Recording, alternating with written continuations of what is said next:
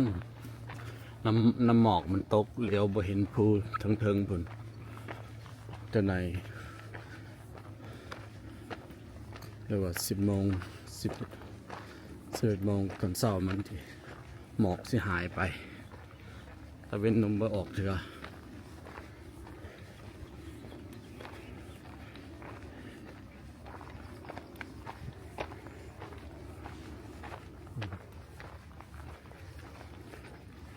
แถวนี้ก็บ้านคนข้างๆนี่คน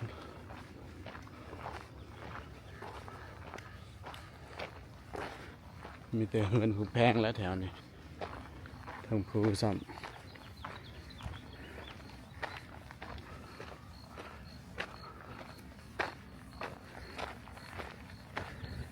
มื้อนี้สิพายางไปมันมี3 เส้นอยู่แถวอโลนีคอลเลจอีกเส้นหนึ่งที่ขึ้นไปทางบนเดียวกันแล้วมีเส้นกลางมีเส้นพีกมีเส้นกลางเส้นทางขวาอีกมันเขาเอิ้นโฮสเฮเว่นมื้อนี้สิพาขึ้นไปทางโฮสเฮเว่นมื้อนี้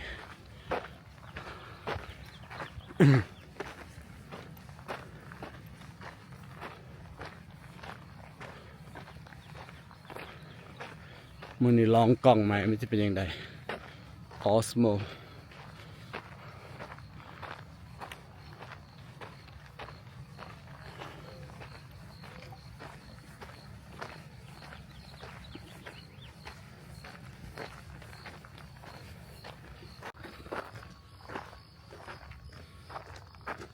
ไปทางนั้นไปทางนั้นเลยฮอลเซเว่นเรากำลังจะไปทางนี้ละแต่เส้นนี่ คนบ่อยากไปหลายหน่อยคนไปทางนี้มันอยากสั้นเนี่ยสั้นหลายก็ขังตัวนั้นมันมีเป็นผักมันได้ผักพรแต่ตัวนี้ในยางไปเลย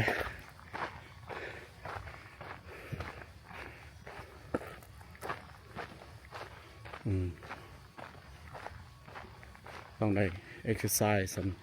บางเทื่อนี่ให้กินหลายมันก็ซอยให้สุขภาพแข็งแรงเนาะต้องออกกำลังกายกินอย่างเดียวก็ได้กินแล้วก็ต้องเอาออกส่วน high blood pressure กินหลายก็ได้พอดีเอามาหาออกกำลังกาย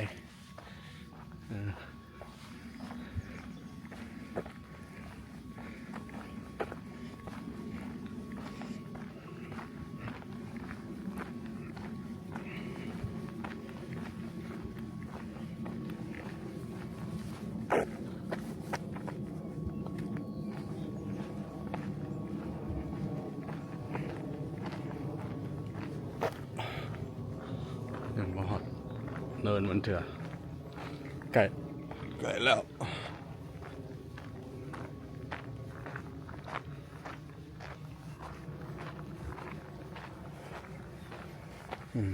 ตัวนั้นยังมาเอ็กซ์ไซส์กันขณะวันเสาร์วันอาทิตย์นี่ป้าคนเต็มอันนี้วีคเดย์ขนาดนี้ยังคนหลายเ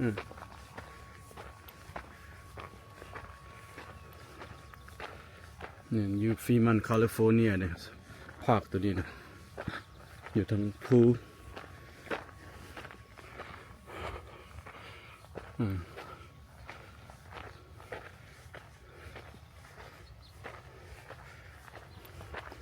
ไปมันยางได้ดีออกกำลังกายทุกมื้อ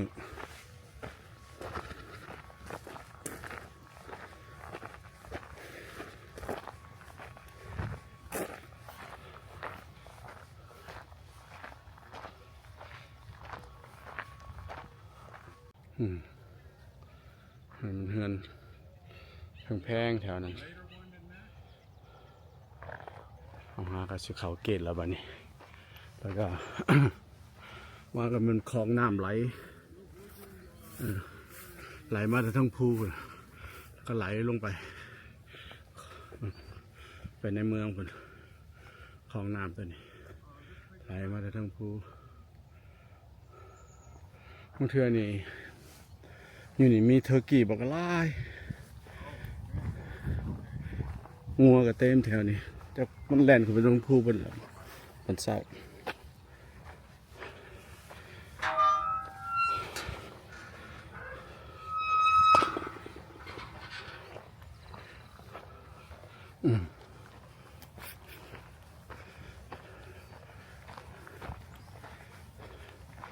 เนินที่แรกแต่ว่าหันใจกับบ่ทันพุ่นแล้วหันใจลำบากคันบ่อินเชฟก็ต้องมาซ่อมยางทิศหนึ่งให้มันได้2 มืออย่าทิศหนึ่งให้มันได้2 มือก็มันก็ดีต่อสุขภาพขันยางได้วะ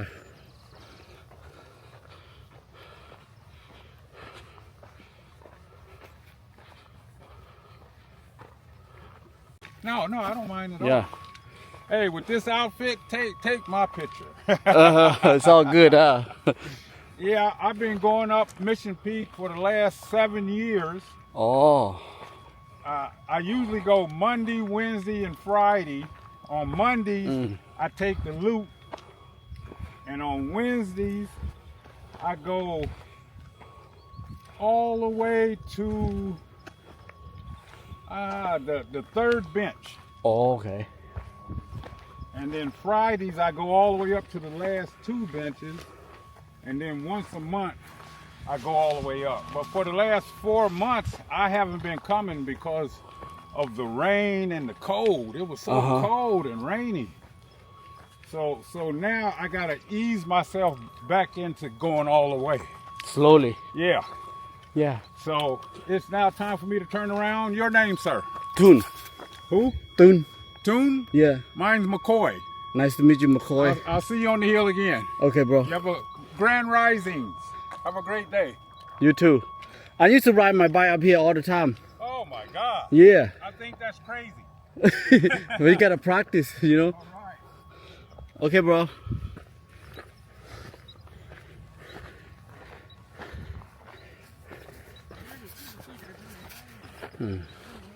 นี่ก็คนจีนเขาคนมายางแล้วพอดี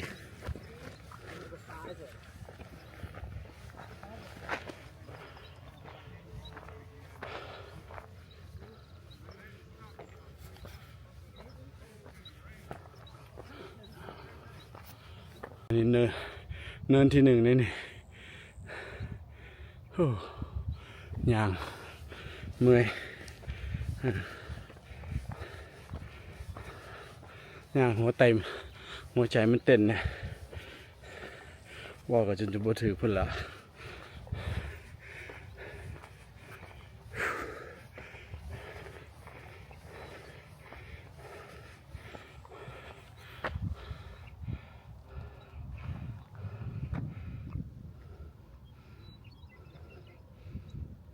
เลี้ยวลงไปในเมืองซีดี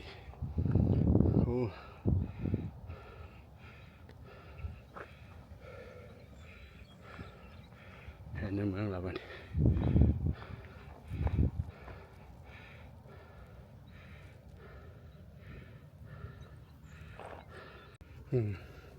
เส้นนั้นเป็นเส้นมิสซันพีกนี่ฮอร์เซเว่นมิสซันพีกดาวน์ขึ้นกันก็ไปเจอกันอยู่ทั้งพูดล่ะไปจ้อยกันทั้งเทิงพูดไปบนเดียวกัน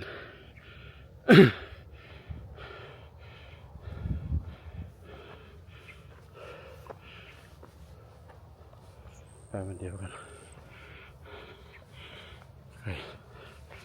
ยังอีกไกลถึงไปถึง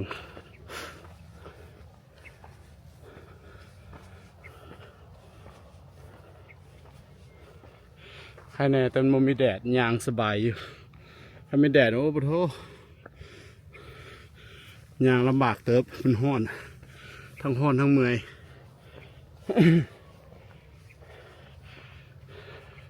นี่มันสั้นที่2นี่ level 2 level 2จะขึ้นไป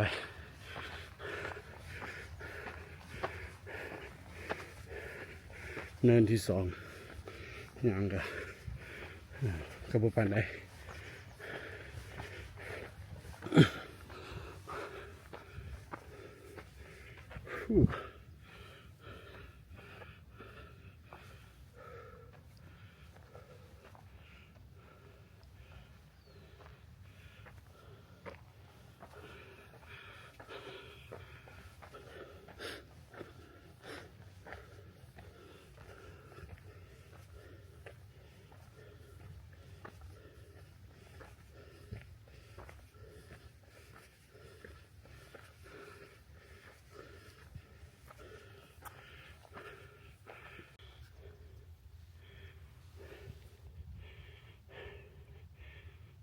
งัวมันก็เลี้ยวบางที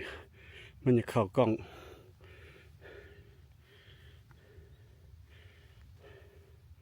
สิพาไปหลายบอลอยู่อันนี้หาก็เริ่มต้นไฮกิ้ง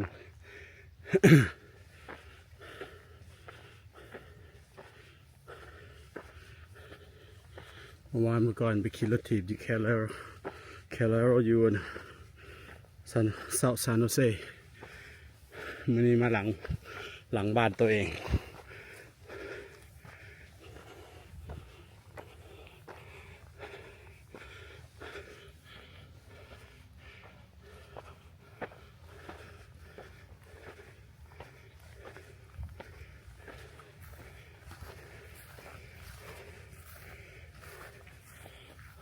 ต้นไม้น้อยๆนี่บางเทื่อดอกสีเพอร์โปนี่บางเทื่อเห็นตามันตายเป็นแห้งแล้วเห็นคนเวียดเขาตัดแล้วเขาเอาไปต้มนะเขาว่า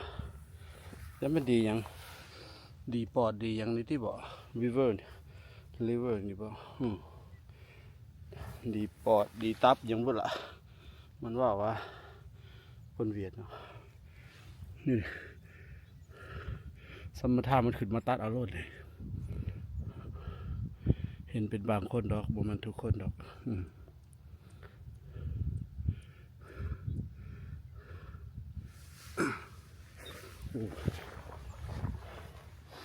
พลาด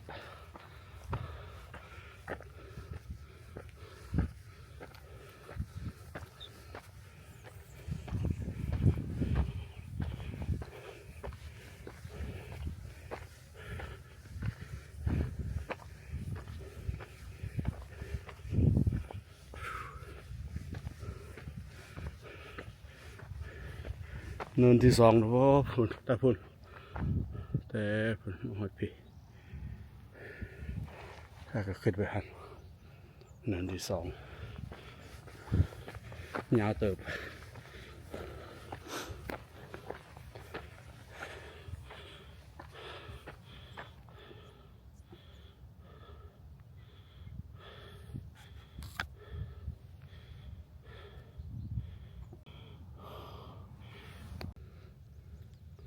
เลี้ยวเห็นฟรีมันซานโฮเซล่ะพวกนี้มิลพีเดสวันนี้ก็งามตอนเช้าอากาศดีใครอยากมาเด้ออยู่ฟรีมันมิชชันพีกนี่ขันไผ่บ่หูนะหายกิ่งม้วนแถวนี้เตรียมน้ำมาพร้อมขึ้นไปทางภูใส่ห้องน้ำห้องในเรียบร้อยก็ยังขึ้นมาสนิทโดนเขาป่าพุ่นแล้ว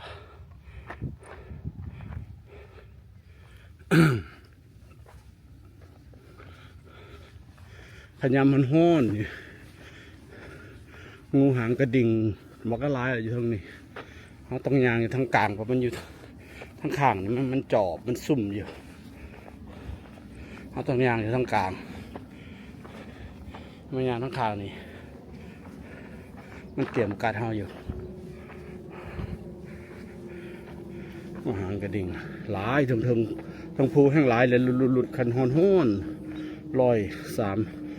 ดีกรีอย่างนี้มันออกมาเลยเต็มหนึ่งยามหนาวซิมันบอกออกมามันมีออกแต่ยามมันห้อนมันออกมา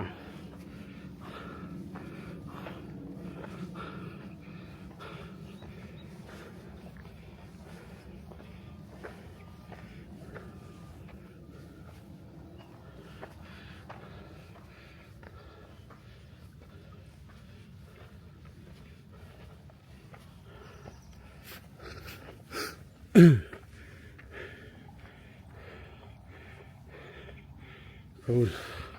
ทางพูดโอคแลนด์ริสเบนแซนฟราน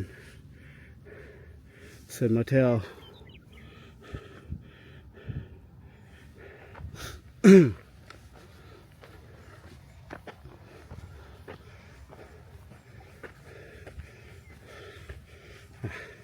เนินที่สองหาก็แล้ว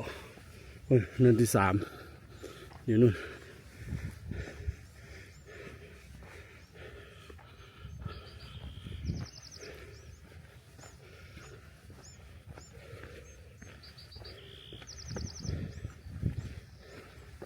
ลังจาก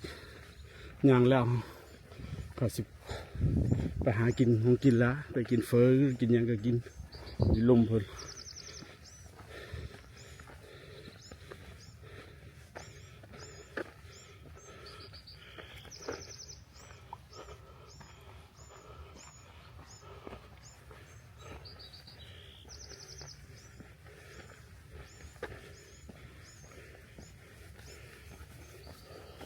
พี่อะ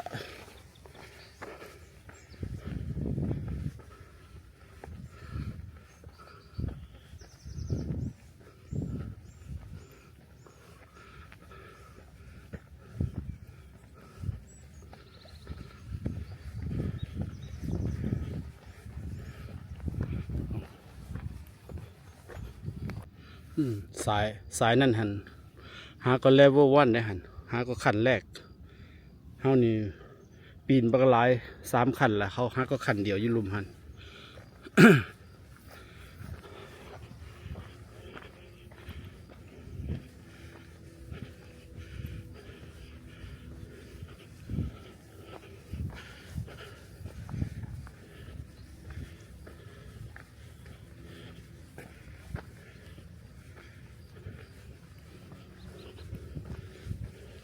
เขาเจ้าก็ปล่อยงัวธรรมศาสตร์ให้มันกินธรรมศาสตร์บ่ได้อันนั่นมันสับออร์แกนิกนะหมูหัวพวกนี้นะสงสัยขั้นออกไปขายนี่คือสิแพง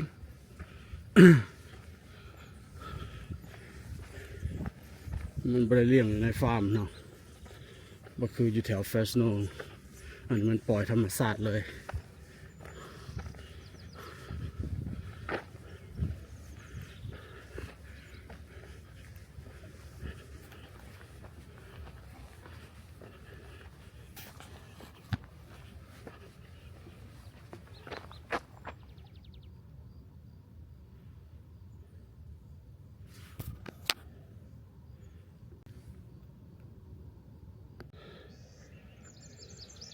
ขึ้นมาเทิงภูล่ะ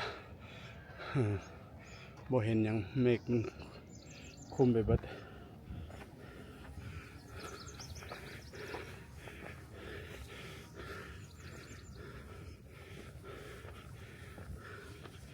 บ่เห็นหยังละหมอกงามละ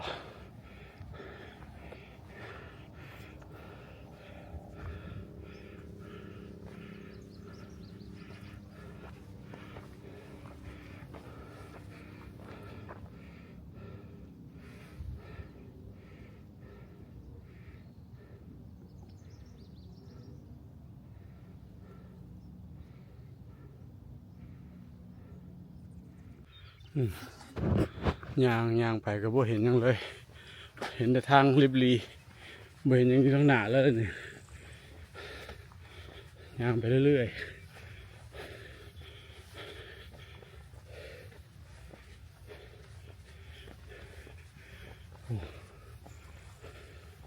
โอ้อยู่ทางไป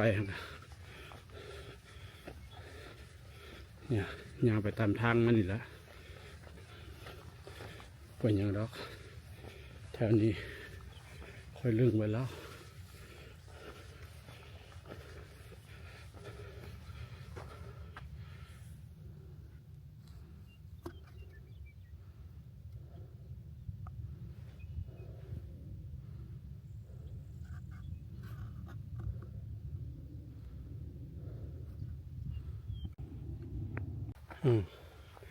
ขันไปซ้ายหัน ก็ไปจอยไปทางอันมิสซินพีขึ้นไปทางนั้นขึ้นไปทางนี้ก็โฮเซเว่นมันบอกนี่ไปทางนั้นก็มิสซินพีคือกันแต่นี่ตัวนี้โฮเซเว่นไปทางขวาพิกมิโรทริล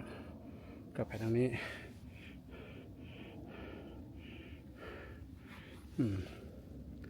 มันแยกกันทางนี้ครับไปทางนี้มันยากกว่าแล้วก็มันก็มวนกว่าเราบุคคลก็บ่หลาย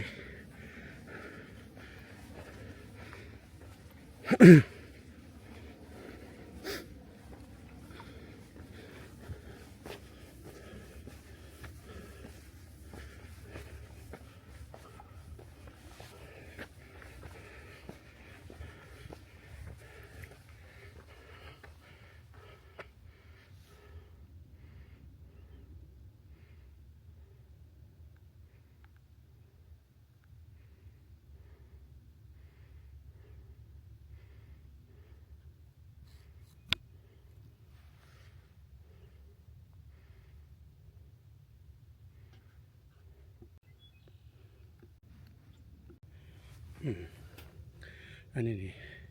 พอยสโนกนั่นนี่จับเนี่ยมันคันเลยแล้วนี่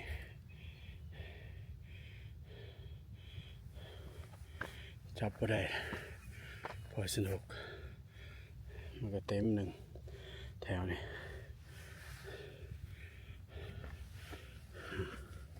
ย่างต่อไปผลมันก็เห็นลายสายขึ้นย่างมันขึ้นมาอยู่มีคนย่างเขาเจ้าแปลงไห้ที่บนให้มันย่างขึ้นง่ายเนี่ยนะ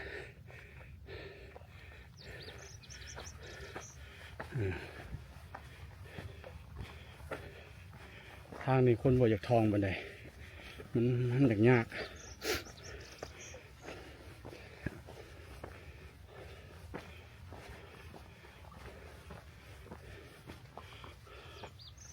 มีแต่เฮาคนเดียวไว้มันย่างเท่านี้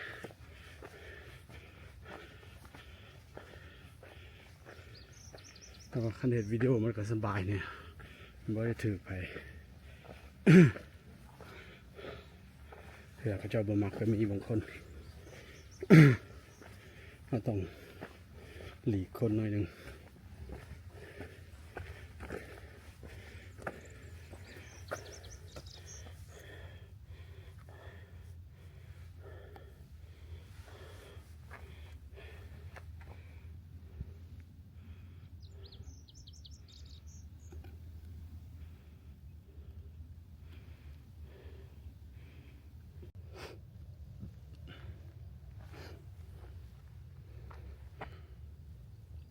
อย่างกันไปนั่นนี่เขาสูงเติบเสียชีหอดยังหลายขันอยู่จะพากันไปเทิงเพื่อนละมื้อนี้ย่างเล่นแบบสบาย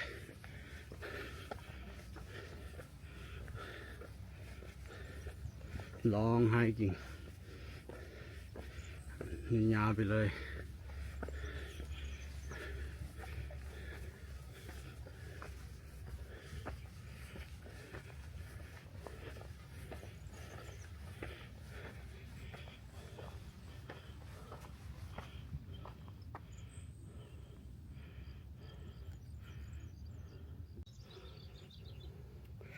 แดดเริ่มออกมาแล้วเด้เขาต้องย่างขึ้นมาเทิงกัน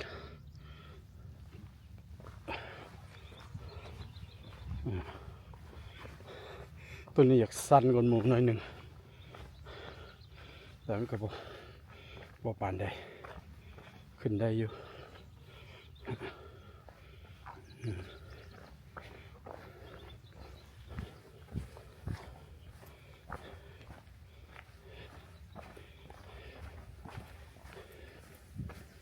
น้ำห่วยลงมาทั้งคู่นี่สมมติมันก็แห้งคอยน้ำบกลง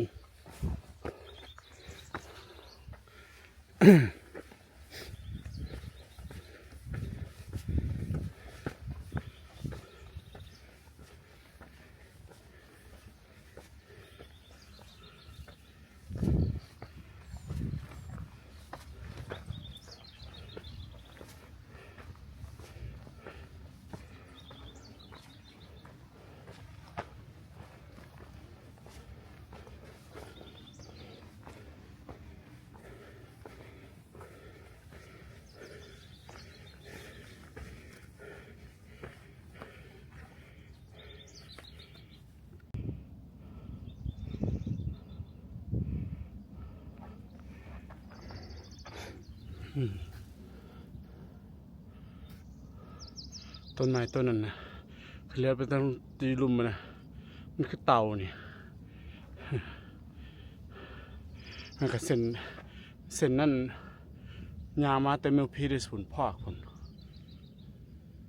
พอไกลๆมาต่อกันมาฮอดพี่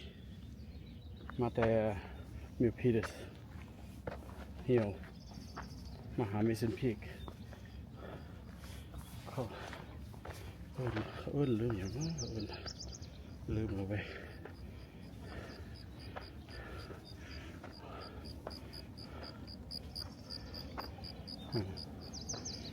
เคยไปให้ขานั้น2-3 เทื่อนี่แหละ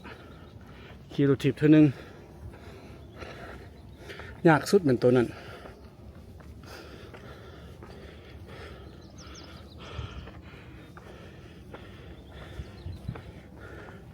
ย่างกันพูได้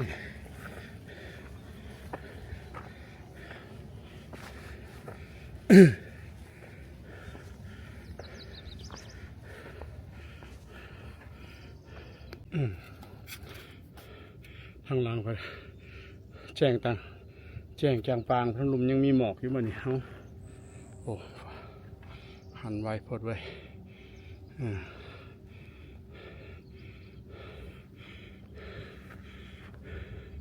พุ่นมีเส้นพีกอยู่ทั้งพุ่นจอมมันอยู่พุ่นต้นไม้ต้นเต่าตัวนั้นเธอดู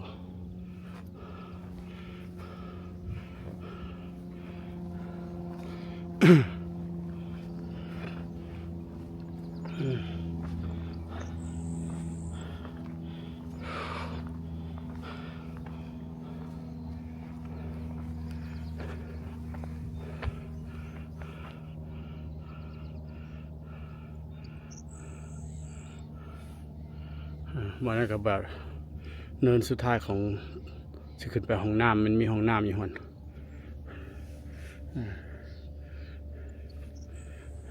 คันหมอกบบังนี่เห็นในเมืองเดี๋ยวเห็นซีรีส์เห็นยังแต่หมอกมันยังบเบิดเถอะ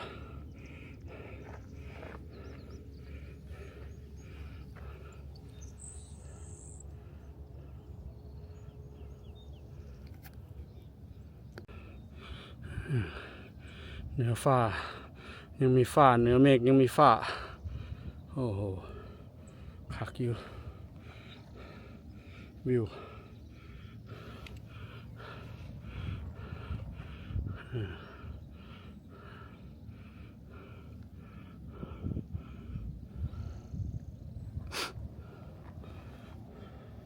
มันก็ยาตะลุมพลแรกขึ้นมาโอ้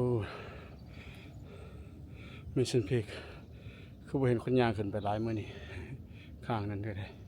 เพราะว่าวีคเดย์ได้คนไปทำงานสงสัยคนมา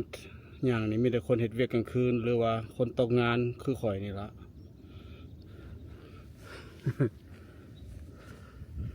ตกงานมันอย่างลิ้นตกงานก็ได้ออกกำลังกาย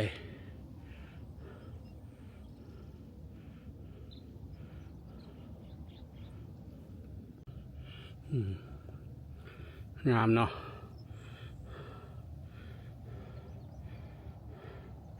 อย่างได้คู่มือนี่ป่ะโธ่บ่ต้องไปห้องหมอก็ได้ไปกวดเลือดกวดยังนี่สุขภาพแข็งแรงลดละขันอย่างได้ทิศ1-2-3 เถื่อได้เลยกิน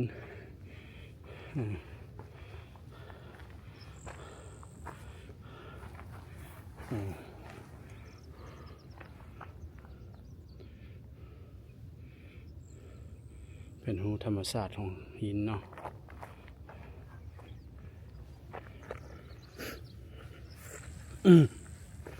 เราได้บางไปแล้วได้บางไปแล้วได้เห็นแล้วได้ถนนเส้นนั้นเห็นแล้วบางไป ฮ้อนเลยวันนี้เริ่มฮ้อนแล้ว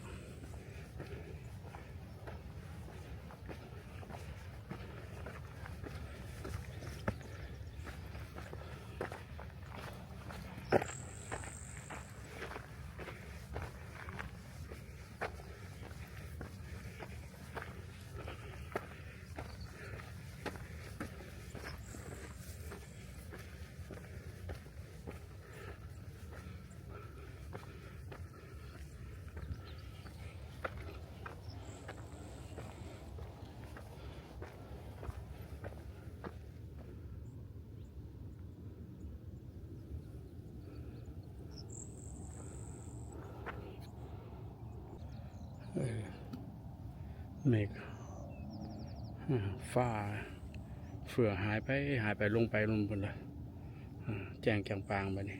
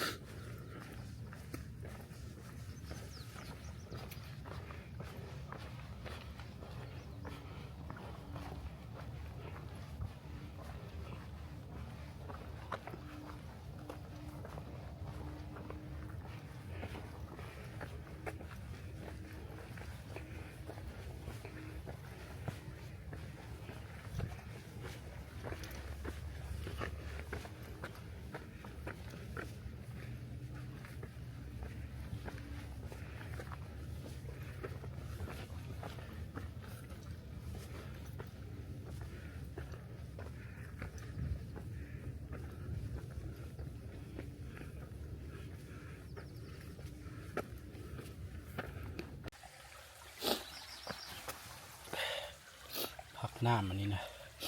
อยู่เทิงภูกับนี้คนจีนเขาขายกันอยู่ตลาดแพงเติบได้นี่อันนี้อยู่เทิงนี่ขมเคยจับไปกินอยู่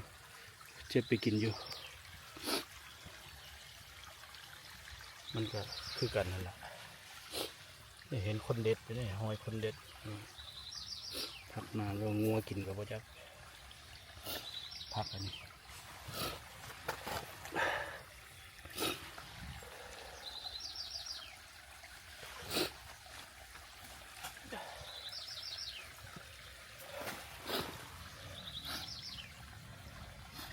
แม่นบ่นี่น้ำไหลมาทั้งคู่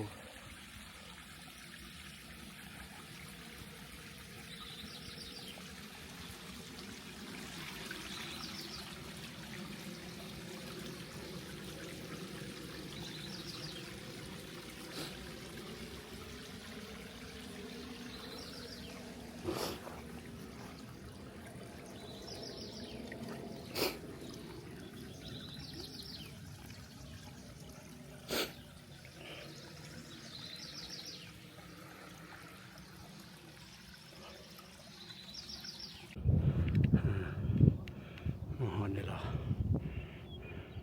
เห็นวิวดีขึ้นนิดนึงหันเทิงหันมิชชั่นพีกพวกนี้เข้ามาไฮกิ้งคือกัน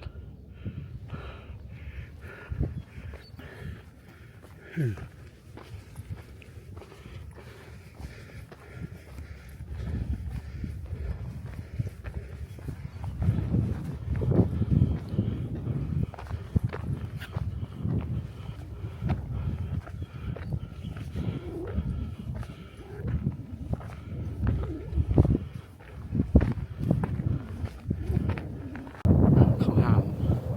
เมื่อเอารถทีบขึ้นไป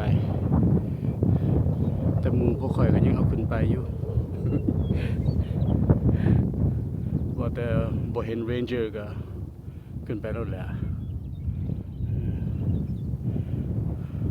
เขาจะเอาทิเก็ตให้ก็ได้แต่เขาบอกให้บางเทื่อเขาใจดี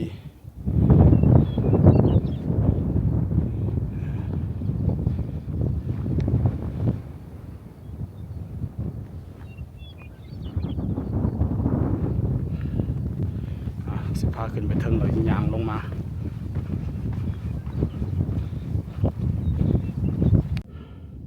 ทางหลังมีเส้นพีกด้วยนี่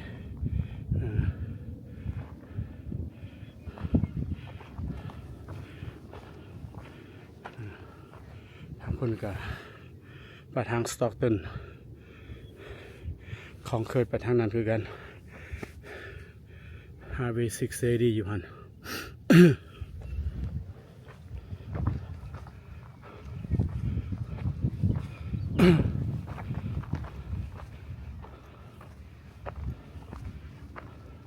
ซูโน่กับไปทางนั้น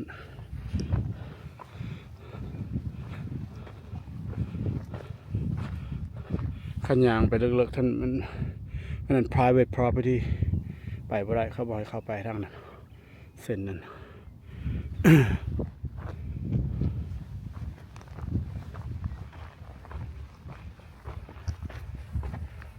ก็จะถึงจอมดอยแล้วแดดก็ออกกุกต้นไม้ก็งามดอกไม้ก็งาม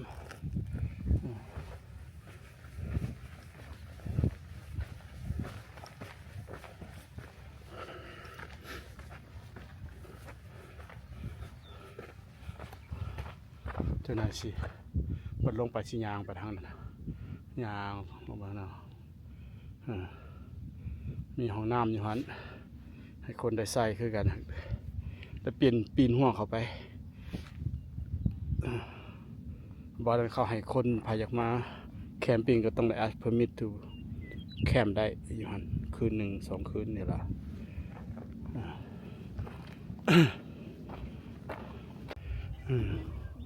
วันนี้บอลเขาเอาเครื่องบินลงแบบว่า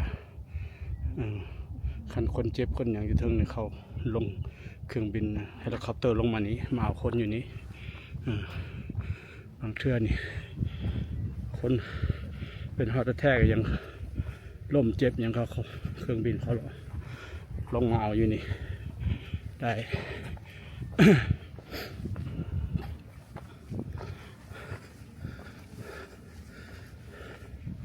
เนี่ยบอลมันลงเลย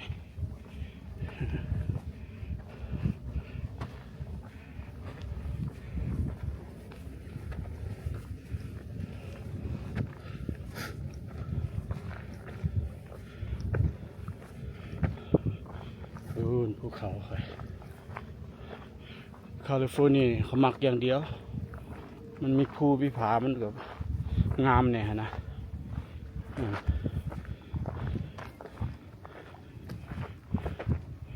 คืออยู่เมืองลาวเนาะภูผาก็งาม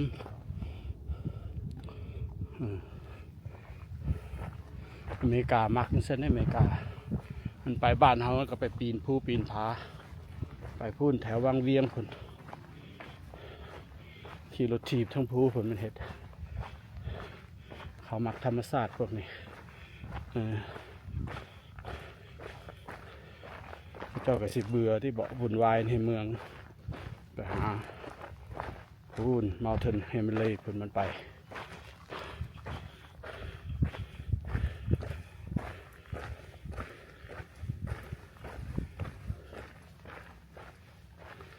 มีเท่านี้เขาก็ปีนอยู่แถวนี้แหละ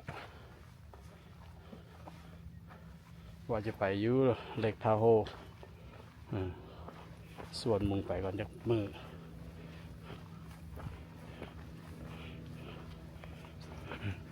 มีคนนั่งอยู่คนเดียวมุงมีไฟมาได้เมื่อนี่คนเห็นเปียกก็ทานมันหลายไปเลยตะกี้ว่ากันคนมาวิกเกนเนี่ยญาติกันทายหูบอยู่ตรงนั้นละอะไรก็เรียนคิวไปแล้วถ่ายหูบอยู่โผล่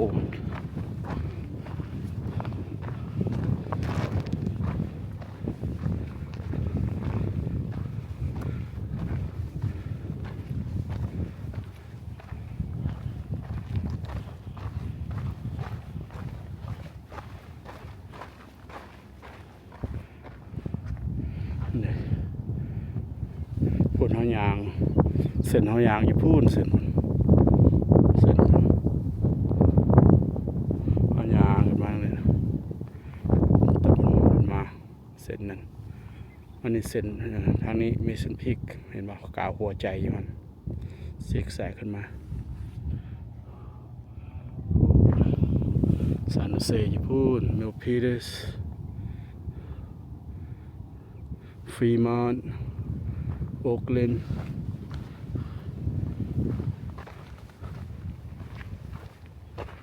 หมอกันนั่งครับ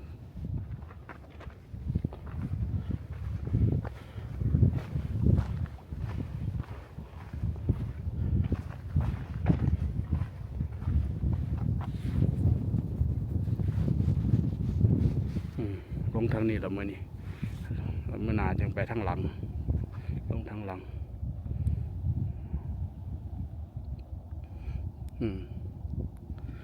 มื้อหน้าสิพาขึ้นสายนั้นออโลนิไซขางนั้นง่ายจิบขางนั้นนะ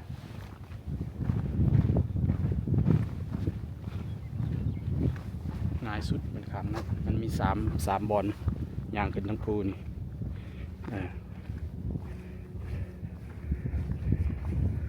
ไปมาลินแคลิฟอร์เนียมาฟีมันนี่ขันจากไฮกิ้งมาโลดมิสซินพีกนี่ ของกินกับเบิร์ดแถวนี้ใกล้ๆซานโฮเซฟีมันก็มีเฟอร์เยอะแยะของกินอาหารอัฟกานิสถานก็ยังแซ่บ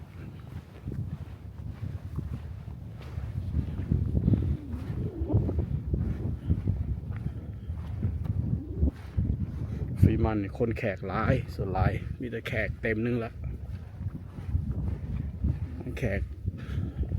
หลายแขกแล้ว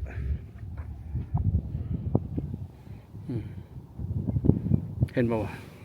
เต่า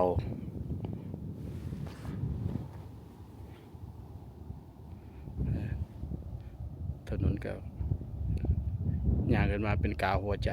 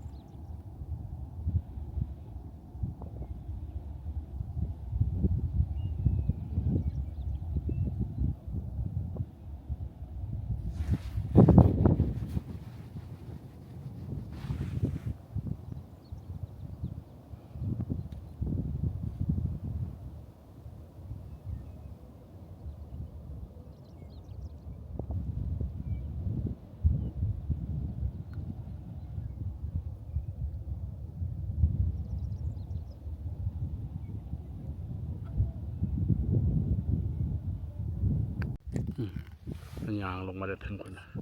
แต่สปีกพอนี้เขาก็ยางขึ้นไป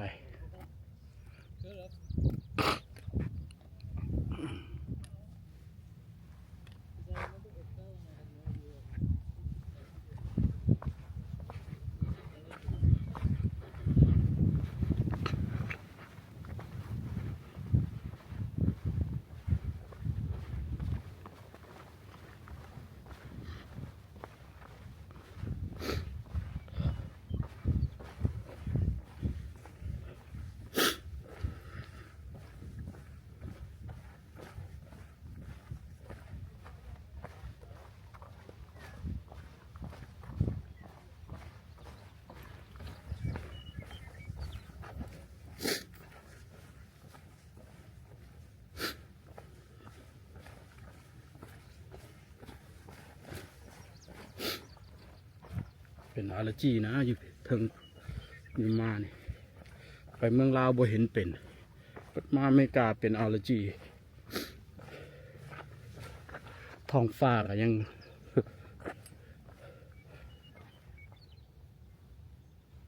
ก็ยังเคลียร์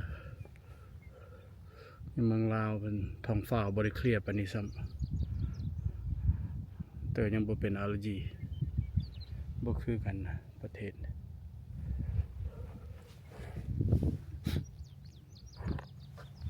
ได้ยาม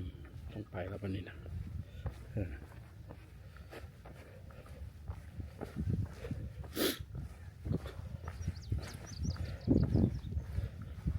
มีตาหนึ่งว่าเราแลนทุกมือ แล้วแลน everyday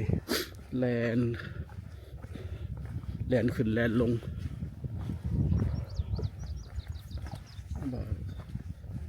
12-13 ปีแลนกูมือแบบนั้นโอ้ย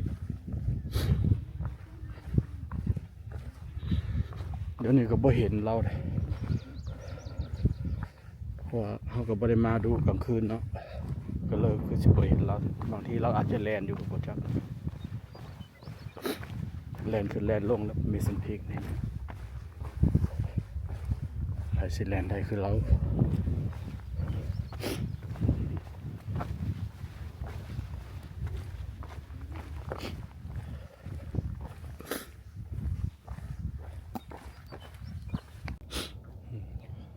อันนั้นมันห้องน้ำไปย่างไปเส้นลุ่มมันไปอโลนิไซ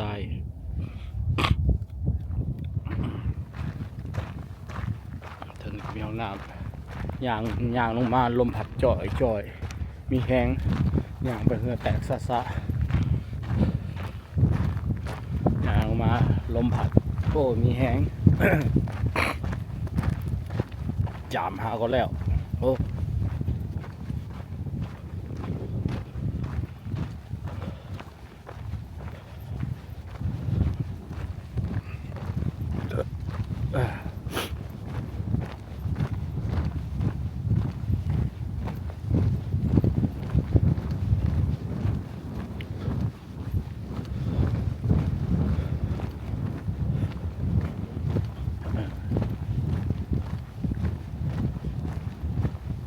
เส้นนี้เขาเอิ้นสแตนฟอร์ด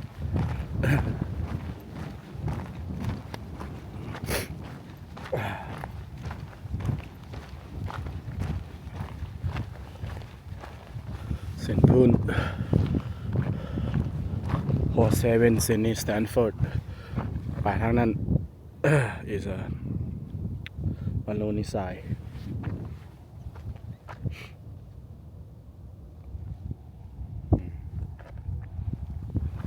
ย่างลงเลยบ้านนี้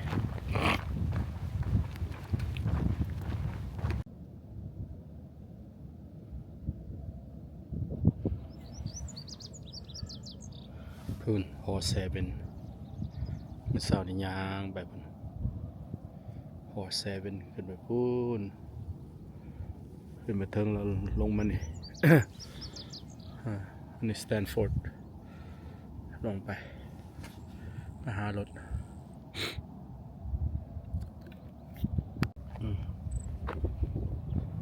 เส้นนี้สแตนฟอร์ดไซด์มันเป็นพักขึ้นมาพูดขึ้นไปเทิงมันก็ง่ายอยู่แต่ว่าขางนั้นมันยากเติบขางนั้น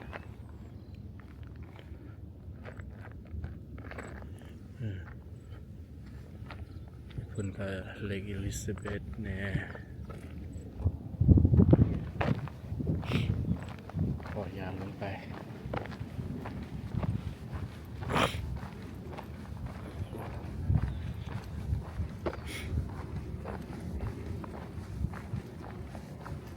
อยู่ฟินมาเนี่ยภาคตัวนี้ดังกว่าหมูนะมันดีสำหรับเวิร์กเอาท์ยางของมือออกกำลังกายนะมันภาคตัวนี้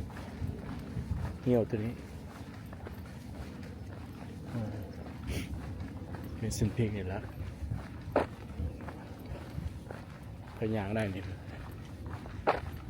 ดีเติบ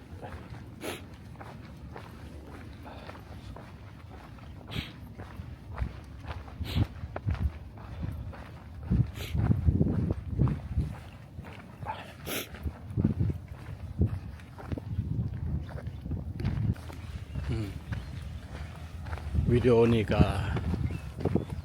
จบลงสำนีแล้วเด้อทุกคนไปไฮกิ้งกับประมาณ3 ชั่วโมงนี่แหละสตาร์ทแบบ8 โมงเดี๋ยวนี้12 โมง 18แล้วครับว่า3 ชั่วโมงน้อยนึง ก็พอดีมวนละกระเทิงคุณหาก็มาฮอดนี่วิดีโอเนี่ยก็จบลงแค่นี้แหละเด้อกดไลค์กดแชร์ให้คอยแน่พี่น้องเลยหาก็เฮียนใหม่ยังบ่เก่งเถอะโอเคแค่นี้แหละเด้อขอบใจละลาย